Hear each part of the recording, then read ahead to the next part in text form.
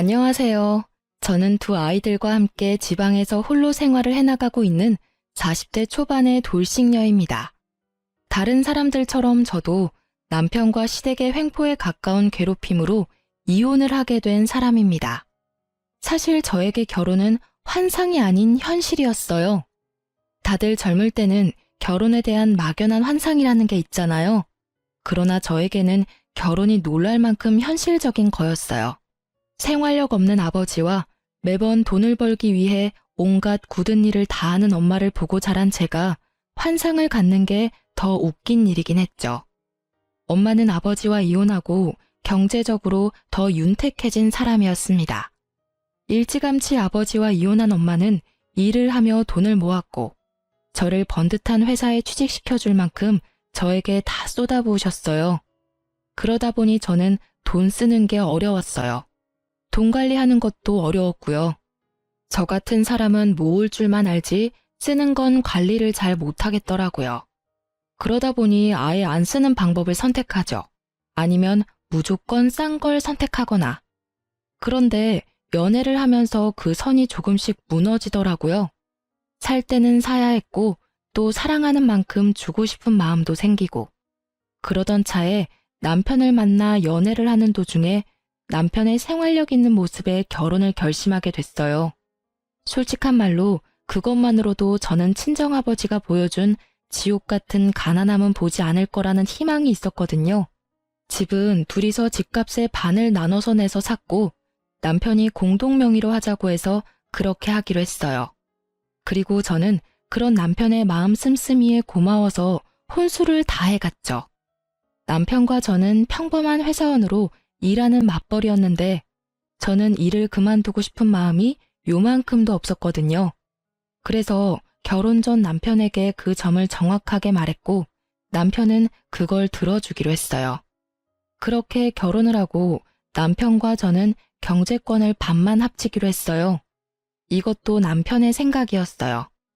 남편 통장은 생활비 통장으로 사용하고 대신에 그 통장의 카드는 제가 가지고 있기로 했어요. 생활비를 쓰는 건 저니까요.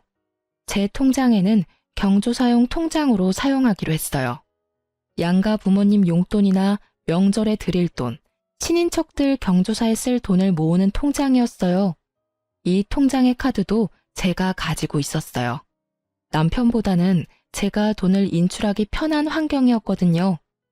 남편의 생활력을 철석같이 믿고 있던 저에게 상상치도 못한 일이 벌어진 건 첫 아이를 낳고 난 후였어요. 당시 저는 출산 후 육아휴직 급여를 받으며 생활했는데 아무래도 남편의 월급이 그리 좋지 못하다 보니 생활에 한계가 생기더라고요. 그래서 결국은 첫 아이가 6개월일 때 육휴를 중단하고 일을 하러 회사로 돌아갔어요. 처음부터 젖이 잘 나오지 않아 아이는 분유를 먹는 중이었고 당시에는 친정엄마에게도 여유가 있는 상황이었기에 아이를 맡기는 것도 가능했었죠. 그렇게 4개월 정도 일을 다니고 있었는데 남편이 매번 생활비를 아끼라며 돈이 없다고 저에게 잔소리를 하더라고요. 저희는 각자 70만 원씩 생활비 통장에 넣고 있었거든요. 그리고 경조사용 통장에는 매달 각자 60씩 넣고 있었고요. 생활비 통장에 140이면 그다지 모자랄 일이 없는데 매번 모자라다고 하니 이상하더라고요. 처음에는 애가 생겨서 돈이 많이 나가는 거라고 생각하고 아무렇지 않게 여겼는데 매달 그 말을 들으니 너무 이상하더라고요. 제가 돈 쓰는 규모에 변함이 없는데 돈이 모자라니 말이죠. 저는 그렇게 꼼꼼하게 기록하거나 확인하는 스타일은 아니에요. 솔직히 저는 최소한 쓸 만큼만 통장에 넣어놓고 쓰는 타입이고 카드는 잔액 확인이 편하니 월말에만 확인을 했거든요. 그런 저에게 매번 돈이 없다는 남편에게 이상하다는 마음이 들어 가계부를 작성하게 됐어요. 없는 시간 쪼개서 작성하는 것도 힘든 일이었는데 이상하게도 진짜로 매달 4, 50만 원 정도가 비더라고요. 제 계산으로는 한 달에 8, 90밖에 쓰지 않았는데 도대체 남은 돈들은 어디로 갔을까 싶더라고요. 그래서 혹시나 하는 마음에 남편이 대충 집에 던져두었던 통장을 들고 은행으로 갔죠. 그리고는 통장 정리를 했는데 매주 월요일에 10만 원씩 똑같은 계좌로 돈이 빠지고 있더라고요. 그러니 한 달에 4, 50만 원이 계속 비었던 거예요. 근데 계좌번호가 익숙해서 보니 저희 시모의 계좌더라고요. 그 순간 슬슬 열이 받기 시작하더라고요. 용돈이라면 매달 경조사용 통장으로 제가 직접 40만 원씩 드리고 있었거든요. 그런데 저 몰래 남편이 시모에게 돈을 주고 있다는 걸 알고 나니 완전 배신감이 팍 들더라고요. 생활비 통장으로 용돈을 몰래 드리는 것도 화가 났지만 그것보다 더 화가 났던 건 남편이 예전에 저에게 그런 말을 한 적이 있었거든요. 친정에 애 맡기고 돈 주는 거 너무 아깝다고요. 친정에는 용돈 40만 원에 애 봐주는 비용에서 30만 원을 더 얹어서 총 70만 원을 드리고 있었거든요. 솔직히 더 드리고 싶었지만 눈치가 보여서 그렇게 드리고 있었어요. 그런데 남편이 그 이야기를 할 때 정말 속상했지만 아무 말 하지 않았어요. 둘이서 돈을 버는 거고 내가 더 벌어서 드리면 되지 하는 생각이 들었으니까요. 그런데 남편이 애를 봐주는 것도 아닌 시모에게 매달 4, 50이나 되는 큰 돈을 주고 있었다는 걸 알고 나니 정말 너무 화가 나서 뱃속이 다 뒤틀리는 기분이었거든요. 그래서 그날부터 매주 금요일에 친정엄마와 함께 마트에 가서 꼬박꼬박 10만 원씩 쓰시도록 해드렸어요. 아우, 이런 거 안 사줘도 돼. 너희 집에서 먹을 거나 사. 아니면 우리 손주 맛있는 거나 사던지. 괜찮아. 어차피 이 통장에 들어가는 생활비 중에 반은 내 건데 뭐. 그리고 엄마 집 냉장고 든든하게 해두면 어차피 손주한테 맛있는 거 해줄 거잖아. 안 그래? 제 말에 친정엄마는 곤란한 듯 웃으면서 손주에게 더 잘해주겠다고 하시더라고요. 그렇게 몇 주 지났을까요? 하루는 남편이 팔짱을 딱 끼고는 아주 고가운 표정으로 집에 들어오는 저에게 잠깐 부엌으로 와보라고 하더라고요. 제가 부엌으로 갔더니 남편이 냉장고 문을 열더니 말하더라고요. 당신 요새 돈 어디다 갔어? 분명히 마트에서 장을 본 건 맞는데 왜 냉장고에 음식이 하나도 없는 거야? 당신 혹시 두 집 살림 차렸어? 남편의 물음에 저는 천연덕스럽게 말해줬어요. 아, 그거? 우리 엄마네 장볼 때 쓴 거야.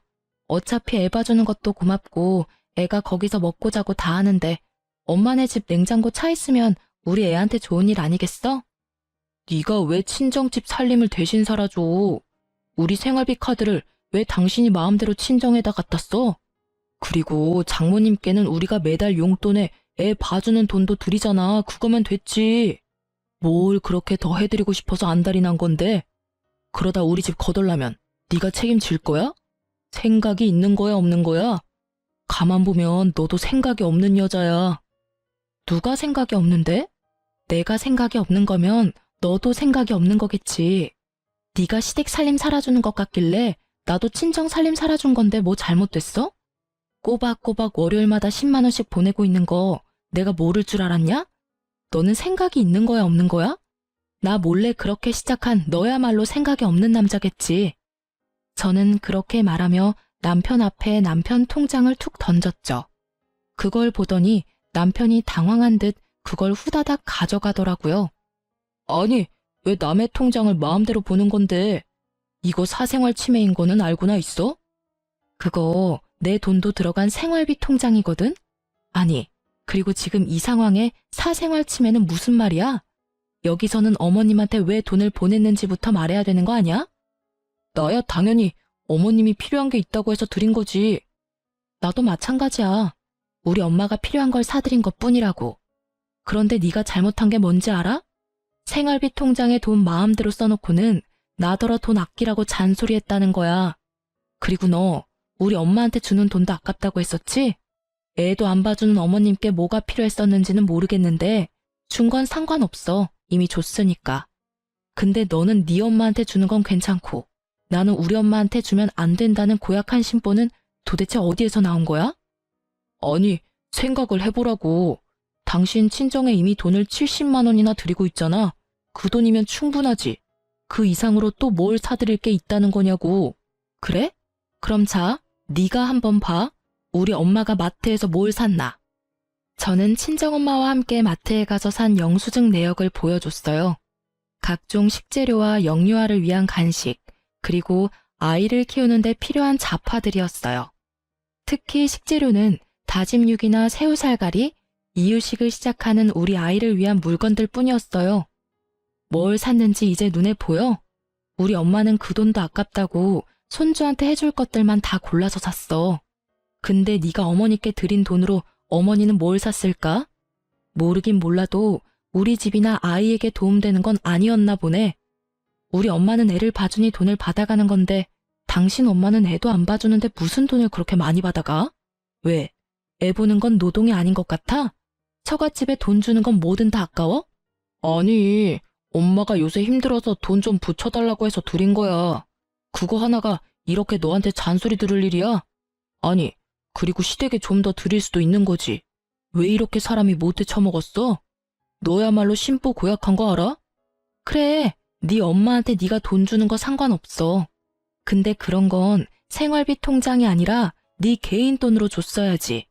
최소한 네가 나한테 말을 한마디라도 했거나 네가 펑크낸 통장을 나한테 책임지라며 잔소리만 하지 않았어도 내가 이렇게 고약해지지는 않았겠지. 그리고 내가 고약한 거면 너는 적반하장인 거지. 화는 내가 내야 하는데 네가 왜 화를 내? 어이가 없어서 진짜. 결국 소리 한 번 지르지 않던 제가 소리를 꽥 지르고 나서야 남편의 변명과도 같은 자기 합리화는 사그라들었습니다. 지가 당할 재간이 없겠죠. 계속 논점을 흐리려고 했지만 결국 저를 속이고 시모에게 돈을 계속 준 건 사실이잖아요. 결국 그 뒤로 생활비 통장에서는 돈이 따로 나가지는 않더라고요. 저는 남편이 개인적으로 시모에게 돈을 좀 더 드리고 있나 보다 싶었는데 그건 또 아니었더라고요. 다음 주 월요일에 저한테 시모가 전화가 왔거든요. 예, 너 용돈을 이렇게 갑자기 줄이면 어떡하니? 네? 제가요? 저는 매달 꼬박꼬박 40만 원씩 드리고 있는데요. 아니, 그거 말고 매주 10만 원씩 주던 거 그거 왜 안 주는 거야? 네가 아들한테 뭐라고 한 거 맞지? 어머님, 그건 줄인 게 아니라 원래대로 돌아간 거예요. 뭘 원래대로 돌아간 거야? 아니, 너 친정에는 70만 원씩 준다더니 왜 나한테는 그것만 줘? 너 나 차별하니? 시자 달린 건 다 꼴도 보기 싫고 그래? 어머님, 친정어머니는 애를 봐주고 계셔서 드리고 있는 거고요. 만약 어머님이 애 봐주실 마음이 있으시면 그 돈 더 드릴게요. 야, 이 막대 먹은 년아. 어디서 사람을 엿먹이려고. 애를 보는 건 너희 엄마가 한가하니까 보는 게 당연한 거지. 나처럼 바쁜 사람이 애를 어떻게 봐? 그리고 늙은 시모한테 맡겨서 너는 마음이 좋냐? 잠시만요. 남편 바꿔드릴 테니 남편하고 이야기하세요. 저한테 말씀하셔도 제가 해드릴 수 있는 건 없거든요. 저는 험해지는 시모 말에 질려서 남편에게 전화기를 넘겼어요. 그래, 아들아. 아니, 매주 주던 돈을 끊으면 나는 생활을 어떻게 하니, 응? 여기저기 쓸 때도 많고 갈 때도 많은데 이렇게 갑자기 끊는 법이 어딨어? 어머니, 죄송해요. 저희가 많이 쪼들려서 드릴 돈이 많이 없어요. 이해하시고. 야, 너까지 이럴 거야? 내가 널 어떻게 키웠는데 네가 나한테 이런 대접을 해? 내가 분명히 너희 처갓집에 들어가는 것보다 더 달라고 말했잖아. 욕심 좀 그만 부리세요, 어머니. 돈이 없는데 그럼 빚내서라도 드려요? 아들 빚쟁이 만들고 싶으신 거냐고요. 사정이 그렇게 됐으니까 어머니가 이해하고 좀 넘어가시라고요. 결국 남편의 큰 소리에 시모가 깜짝 놀랐는지 더 이상 돈을 내달라고는 하지 않더라고요. 그리고 그 이후로 생활비 통장은 매달 영수증으로 지출을 확인하게 됐죠.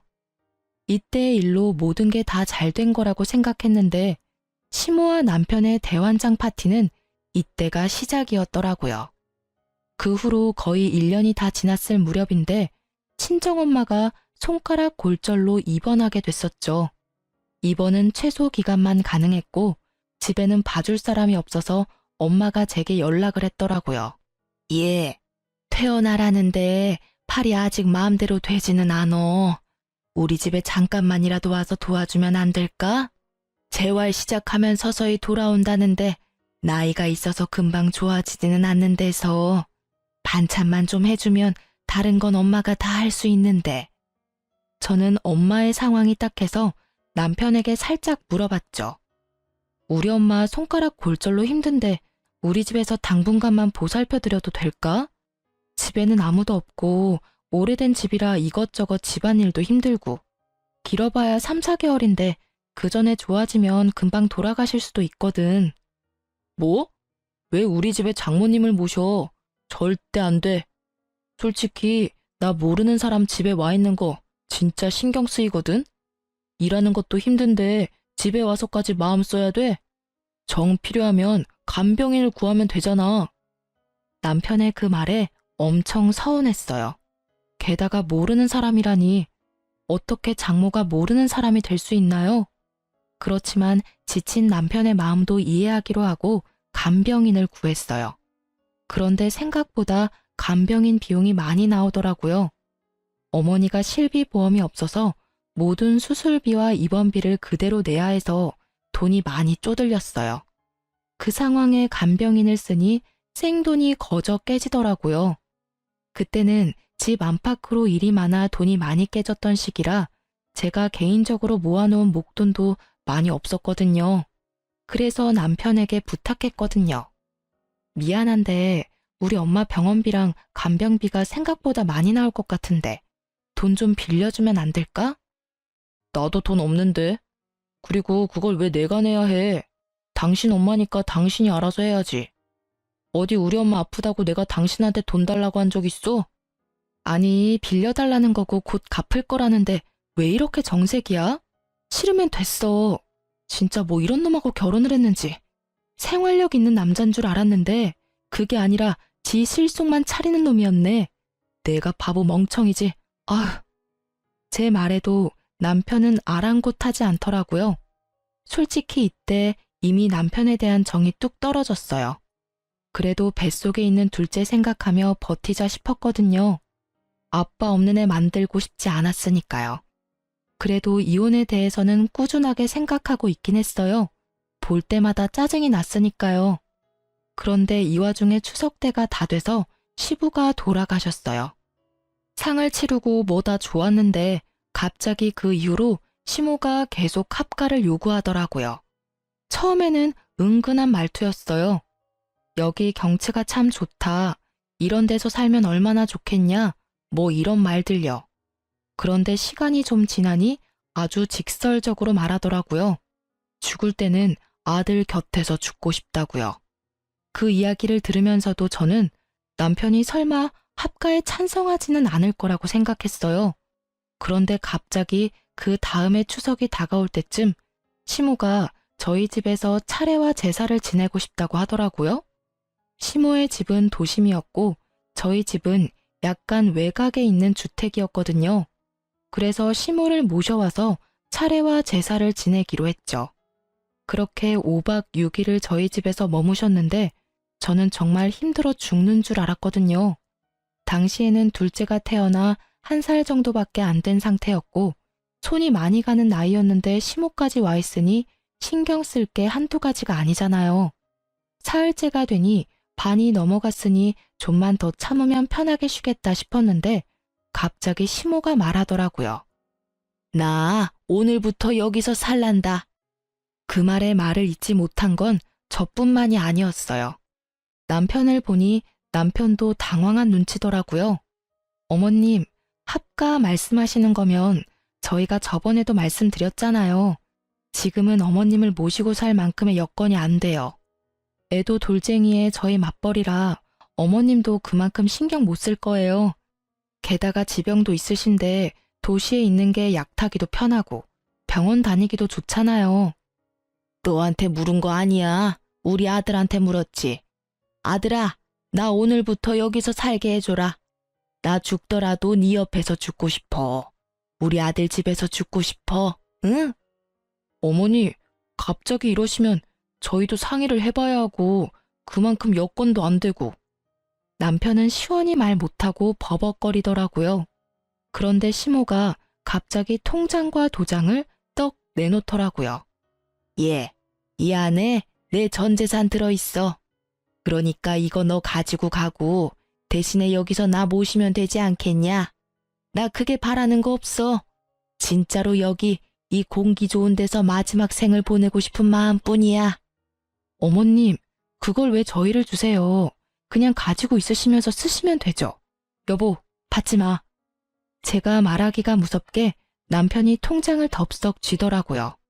그 모습에 보는 제 뱃속에서는 불덩이 하나가 들어앉은 것처럼 확 열이 나더라고요. 당신 진짜로 어머니 모실 거야? 그럼 어떡해. 이렇게까지 말씀하시는데 내가 받으려야지. 그래? 그럼 그 돈 받았으니 당신이 잘 받으려. 나는 손가락 하나 까딱 안 할 거니까. 이런 배은망덕한 년이 다 있나? 네가 이 집에 시집와서 얼마나 편하게 잘 살았는데. 그게 다 우리 아들 덕분인데 이제 와서 뭐? 손가락을 까딱 안 해? 우리 아들한테 왜 그런 험한 일 시켜? 결혼시켜줬더니 남편을 아주 지 마음대로 조종하려고 들어. 남편은 시모를 진정시켜놓고 저를 끌고 안방으로 데려오더니 달래듯 말하더라고요. 여보, 너무 감정적으로 생각하지 말고 어머니 전 재산이 얼만 줄이나 알아? 거의 5천만 원이야. 어머니가 준 돈 나눠줄게. 솔직히 당신이 어머니 케어할 부분이 더 많으니까 내가 그거 감안해서 당신한테 반은 나눠줄 테니까. 마치 그게 공평하다고 말하는 남편의 입을 쭉 잡아 찢고 싶더라고요.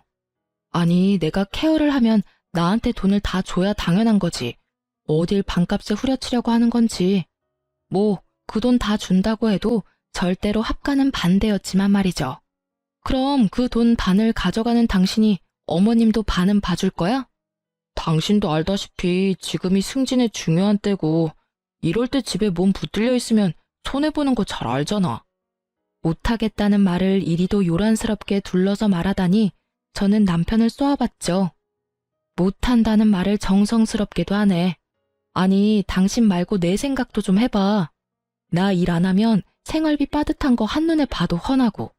애를 둘이나, 그것도 둘째는 돌 막 지난 상태잖아.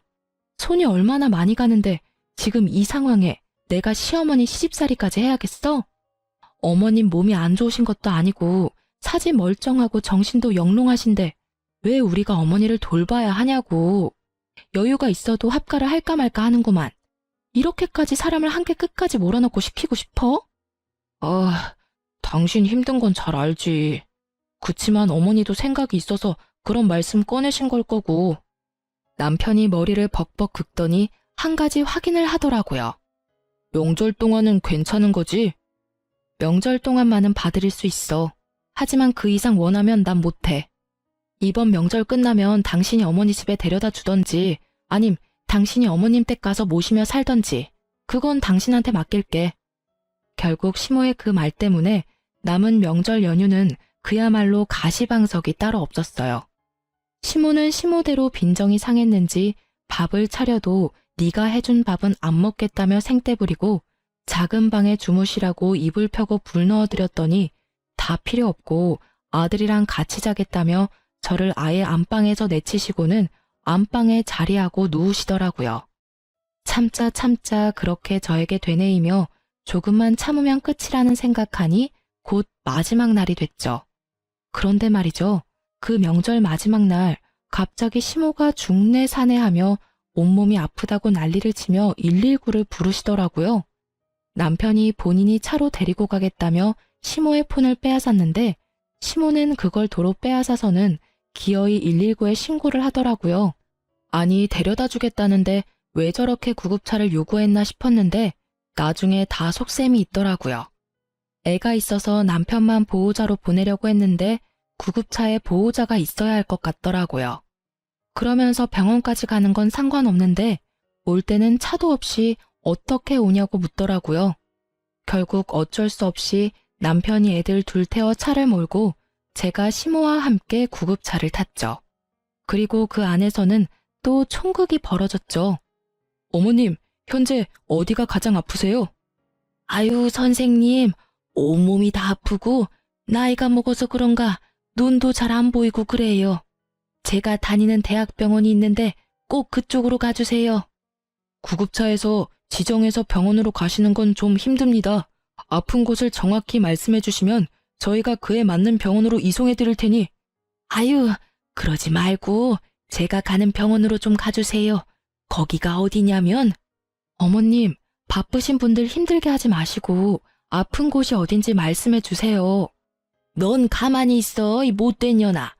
네가 하는 말 나는 절대로 안 들을 거야. 네가 뭔데 우리 아들 집에 못 있게 해? 나는 절대로 너 못 믿어. 네가 하는 말 하나부터 열까지 다 안 들어. 너 같은 걸 며느리라고 생각한 적 한 번도 없으니 당장 이혼해. 결국 시모는 가는 내내 저를 욕할 뿐 끝까지 아픈 곳이 어딘지 말해주지 않았습니다. 결국 그 귀한 구급차는 어머님이 다니던 병원에 어머님과 저를 내려다 주었죠. 뒤이어온 남편은 뒷좌석에 잠자는 아이들과 함께 있었고 저는 보호자로 시모의 검사에 동행했어요. 그런데 결국 마지막에 모든 검사가 끝나고 의사 선생님이 어이없다는 듯이 말하더라고요. 어머님 연세 이 정도면 굉장히 정정하신 겁니다. 전식 때문에 배가 안 좋긴 하지만 그 정도로 심각한 상태도 아니고요. 검사상으로는 나쁜 곳이 한 군데도 없는데요. 아이고 선생님, 제가 한두 군데만 아픈 게 아니에요. 숨을 못 쉰다니까요. 조금만 걸어도 숨이 쌕쌕거리고 이 정도면 요양을 해야 할 정도 아닌가요? 아니면 입원이라도. 아니요, 지금 너무 정정하세요. 요양원도 등급이 안 돼서 못 들어가실 것 같은데 천식 말고는 다른 지병도 크게 없으시고 일단 통증약은 처방해 드릴 테니 집에 돌아가세요. 입원하실 필요 없어요. 결국 나가지 않고 입원과 요양을 요한다는 이야기를 듣고 싶었던 시모는 뒤에서 기다리는 환자들 때문에 간호사와 저에게 끌려 나올 수밖에 없었죠. 정말 어찌나 부끄럽던지 결국은 너무 화가 나고 어이가 없어진 저는 수납을 위해 시모를 대기석에 앉혀두고 남편에게 돌아왔어요. 어떻게 됐어? 어머니 어디가 많이 안 좋아? 의사 선생님 말로는 너무 건강하시다는데? 당신이 봐야 했어. 의사 선생님이 나가라는데도 붙들고는 자기 아프니 입원이나 요양이 필요하다며 자기 입으로 막 말하시는데 진짜 어머님 쇼하는 거 너무 하시는 거 아니야? 어떻게 아프지도 않으면서 병원까지 와서 이러실 수가 있어. 구급차 안에서도 나한테 막말을 하시는데 아 진짜 너무 힘들다 힘들어. 야, 너는 무슨 말을 그딴 식으로밖에 못해. 솔직한 말로 며느리가 시어머니 모시는 게 그렇게 어려운 일이야? 남들은 다들 나서서 잘만 한다는데 너만 왜 유별나게 굴어? 너 정말 모질다. 엄마가 너더러 못됐다고 한 말 틀린 거 하나 없네. 그래, 나 못됐어. 근데 그렇게 치면 너도 똑같지 않아? 우리 엄마 아파서 집에 모시자고 할 때 너 얼굴에 완전 정색하면서 거절했던 거 기억 안 나? 게다가 돈을 달라는 것도 아니고 엄마 간병비로 돈 좀 빌려달랬더니 그것도 칼같이 거절하고. 너는 내가 천치 바보인 줄 알지? 그런 거는 애저녁에 까먹고 아무 생각 없이 해실거리는 년처럼 보이지? 그런 거는 절대 안 잊어버리거든? 그때 네가 했던 말 그대로 돌려줄게. 모시기 싫으니까 간병인 써. 얼마 안 하잖아. 그리고 미리 말하는데 나는 간병인 쓰는데 드는 돈 절대로 줄 생각 없으니까 그쪽도 알아서 하고. 야, 그건 이거랑은 다르지. 그때는 단순히 손가락만 못 쓰시는 거였고 솔직히 장모랑 엄마랑 똑같을 수는 없잖아. 엄마는 내 엄마인데. 그러니까 하는 말이잖아. 네 엄마 네가 알아서 모시라고. 남의 손을 왜 빌려? 나도 내 엄마랑 시무랑 똑같을 수는 없거든. 게다가 구급차 안에서 막말을 그렇게 하는데 구급대원이 참으로 불쌍하게 나를 보더라. 네가 말했듯이 시모도 나한테는 가족 아니야. 그러잖아도 마음이 한껏 상해 있었는데 남편의 말들을 들으니 딱 한 대 패주고 싶더라고요. 합가하고 싶으면 해. 대신 이혼 서류 작성하면 돼. 쉽지? 막 나가는 거냐? 좋아, 이혼해. 누가 무서워? 솔직히 네가 어딜 가서 나 같은 남자를 만나? 나니까 네가 하는 말 다 들어줬던 거지. 나가서 고생해봐야 정신을 차린다니까. 그래, 알았어. 근데 너 내가 하는 말 들어줬던 적 없거든? 내 뒤통수 친 적은 한 번 있네. 솔직히 소송하면 나한테 더 유리할 거 알지? 나야말로 볼 꼴 못 볼 꼴 다 봤거든. 고맙다 이 새끼야. 이혼해줘서. 저는 그날부터 이혼 준비에 들어갔습니다. 막상 이혼을 하면 앞으로의 불확실한 미래 때문에 두려울 줄 알았는데 웬걸요? 아주 속이 시원하더라고요. 앞으로 저 얼굴 안 보고 살아도 될 생각을 하니 10년 묵었던 채증이 다 내려가는 느낌이었죠. 이혼 전문 변호사를 만나서 법적으로 가져올 수 있는 건 최대한 끌어오자는 느낌으로 소송에 임했어요. 그리고 혼자서 애를 키우고 돈을 벌 계획까지 모두 철저하게 준비하고 있었죠. 집은 어차피 공동명의라서 살고 있지 않아도 한 사람의 임의대로 팔 수 없기에 그냥 놔두고 나왔어요. 친정에서 아이와 머물고 있었죠. 그리고 생각보다 빠르게 이혼 확정 판결이 떨어졌어요. 재산 분할도 변호사님이 예상한 대로였고 양육권과 친권도 제가 가져올 수 있게 됐어요. 또 이혼 위자료도 조금이지만 받게 됐죠. 이제 절차상의 서류 정리만 마무리하면 되는 상황에서 갑자기 전 남편에게서 연락이 왔어요.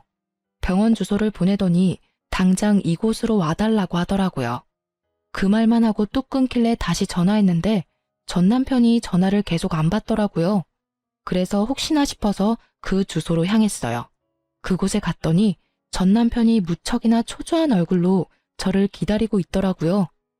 여기까지 왜 부른 건데? 나 바쁘니까 용건만 간단히 해줘. 갑자기 불러낸 건 미안해. 우리 엄마가 갑자기 쓰러져서 지금 입원해 계시거든. 아직 우리 이혼 서류 마무리 안 됐는데 당신이 아직까지는 며느리잖아. 그래서 당신이 당분간 간병을 좀 해줬으면 싶은데. 어머님처럼 지병이 있는 사람은 도시에 있는 게 낫다고 내가 말했잖아.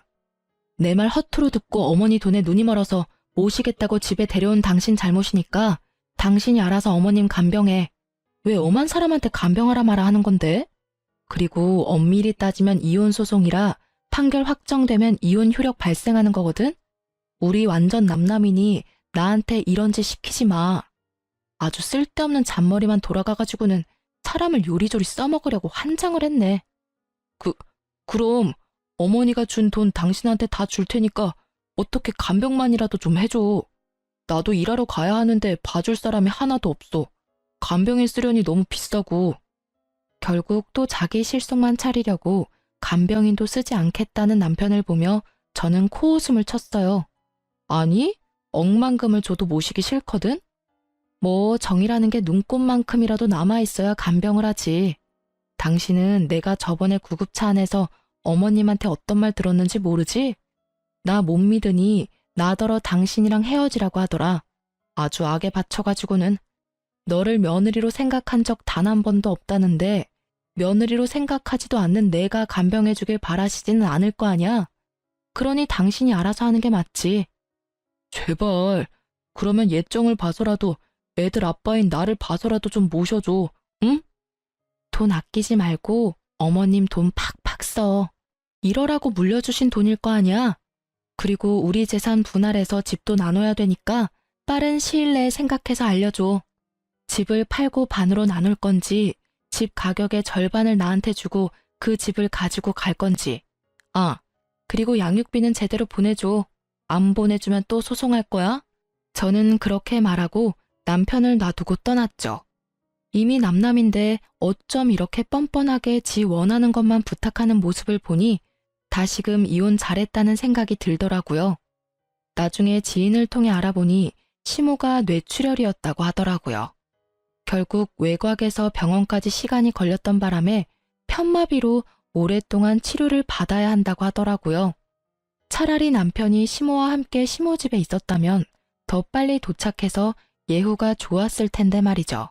아들 집이 뭐 그리 중요하다고 굳이 거기 있겠다고 고집을 부려선 이런 상황을 만들었는지 원. 전 남편의 연락은 그때 이후로 없었어요. 그런데 2년 정도 지났을까? 전 남편이 양육비를 안 보냈더라고요. 일단 연락을 남겼는데 도통 통화가 안 되더라고요. 그래서 전 남편 회사에 직접 전화해서 물었더니 저녁에 다른 일 하나 더 뛴다고 바쁘다고 했다는 모양이에요. 알고 보니 투잡을 뛰고 있었더라고요. 저는 이해가 안 갔죠. 아니, 시모가 통장에 넣어둔 그 돈들로 병원비는 충당이 됐을 텐데 말이에요. 의아하게 생각하던 그때 전 남편이 만나서 이야기하자며 저를 부르더라고요. 목소리가 완전 힘없이 기어가는 모양새라 거절하려다 나가기로 했어요. 그렇게 만난 남편의 얼굴은 아주 눈 뜨고 볼 수 없을 만큼 푹 상해 있었습니다. 뭘 하면 이 단시간에 이렇게 늙을 수 있는지 모를 정도로요. 회사 전화했다면서? 응. 근데 도대체 투잡을 왜 하는 거야? 그만큼 돈이 없어? 연차 어느 정도 돼서 월급 늘었을 텐데? 혹시 어머님이 주신 통장에 비밀번호 몰라서 못 쓰는 거야? 아, 그 통장 진짜 말도 마. 내가 완전 어머니한테 뒤통수 제대로 맞았어. 그게 무슨 소리야? 5천만 원 있었다며. 통장에 찍혀있던 돈이 가짜였어. 나는 틀림없이 5천만 원을 받거든? 그런데 어머니 입원하고 병원비 내려고 통장에 돈 뽑으러 왔는데 500만 원을 뽑으려는데 인출이 안 되더라고. 잔액이 모자라다고. 그걸 보고 놀라서 통장 정리했더니 안에 꼴랑 200만 원 좀 넘게 들어있더라고. 아버지 돌아가시고 가지고 있던 돈 다 쓰셨어. 그 5천만 원은 일부러 그 이후로 통장 정리를 안 한 거였고. 전 남편의 말에 저는 입을 떡하니 벌리고 들을 수밖에 없었어요. 알고 보니 시모가 남편에게 거짓말을 한 거였더라고요. 합가를 하고 싶었는데 며느리는 합가에 결사반대고 아들놈도 지한테 이득이 되지 않으면 얄짤없을 거라는 걸 알고는 일부러 5천만 원의 통장 정리하고 그 뒤로 정리를 하지 않은 거였더라고요. 돈 없으면 자기 아들이 안 받아줄 걸 예상을 한 거죠. 어머님은 무슨 배짱으로 그렇게 하신 거래? 아니, 막말로 어머님이 아프면 당신이 모시지 못할 것도 아닌데. 합가하고 나면 어차피 자기를 버리지도 못할 거니 그냥 그대로 눌러 살 작정이었다고 하더라고. 머리털 나고 이렇게 사기당해본 게 처음이라. 아들 성격 잘 알고 있으셨네? 어차피 당신 그 돈 없으면 합가 안 할 생각이었잖아. 안 그래? 그 돈에 눈이 멀어서 합가했으면 진짜 당신 나한테 욕 오지게 얻어먹고 탈탈 털렸을 텐데. 그 꼴 안 봐서 다행이긴 하다, 내 입장에서는. 그랬겠지. 아, 그때 당신이 하는 말을 들었어야 했는데 그 5천만 원이 그때는 왜 그렇게 아까웠는지 몰라. 결국은 봐. 늘어나는 병원비에 양육비가 감당이 안 돼서 저녁에 대리나 뛰고 있고 편안한 집도 사라지고 따뜻한 밥도 이제는 없어. 저기, 나 정말로 반성 많이 했거든. 이런 이야기 꺼내는 것도 미안하긴 한데 나랑 재결합할 생각은 없어? 나는 당신한테 정말로 미안함을 많이 느끼고 있어. 우리 애들도 보고 싶고. 전 남편은 아주 애처로운 표정으로 제 손을 붙잡고는 아주 슬픈 얼굴을 하더라고요. 저는 제 손을 잡은 전 남편의 손을 매몰차게 뿌리쳤어요. 사람 고쳐 쓰는 거 아니라는 옛말 하나 틀린 거 없네. 나는 당신이 변했다고 다시 믿는 것 자체가 어려운 사람이야. 당신이 지금 나한테 미안해서 재결합하자는 거 아니잖아. 딱 봐도 당신 상황이 힘드니 재결합하자고 하는 게 너무 눈에 보이거든. 내가 시어머니 간병해주고 재정적으로 도움이 됐으면 하는 거 맞지? 내가 친절하게 말해줄게. 헛된 기대 그만하고 양육비나 제대로 보내. 그 말 하려고 당신 부름에 응한 거거든? 양육비 꼬박꼬박 보냈으면 당신한테 연락도 안 했을 거야. 저의 확고한 말에 전 남편의 얼굴에 가득하던 슬픔은 온데간데 없이 사라지고 완전 짜증나는 얼굴만 얼굴에 가득하더라고요. 그딴 말 할 거면 꺼져. 사람 힘들다는데 뭐? 양육비나 내놓으라고? 내가 너한테 부탁한 것부터가 잘못이지. 사람이 이 정도로 저자세로 나가면 적어도 생각하는 척이라도 해야 할 거 아니야. 그러게 왜 번지수를 잘못 짚어서 이런 불편한 상태를 만들어. 그러고 보면 당신은 참 안 변하는 것 같아. 여전히 자기 실속 잘 챙기고 있고 그것 때문에 피도 많이 받는데 여전히 모르고 있고. 결국 남편은 저를 놔두고 홀라당 가버렸어요. 커피값도 계산 안 하고요.